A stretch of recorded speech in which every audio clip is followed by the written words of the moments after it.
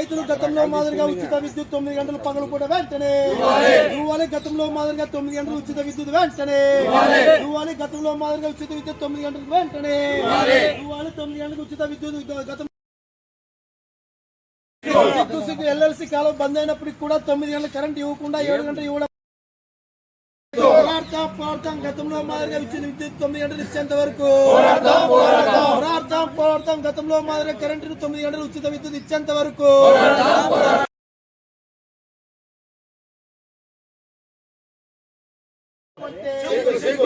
సిగ్గు వేసవి వస్తున్నప్పటికీ కూడా రైతులకు సంబంధించి 9 గంటలు కరెంట్ ఇవ్వకపోవడం అంటే సిగ్గు రైతులకు.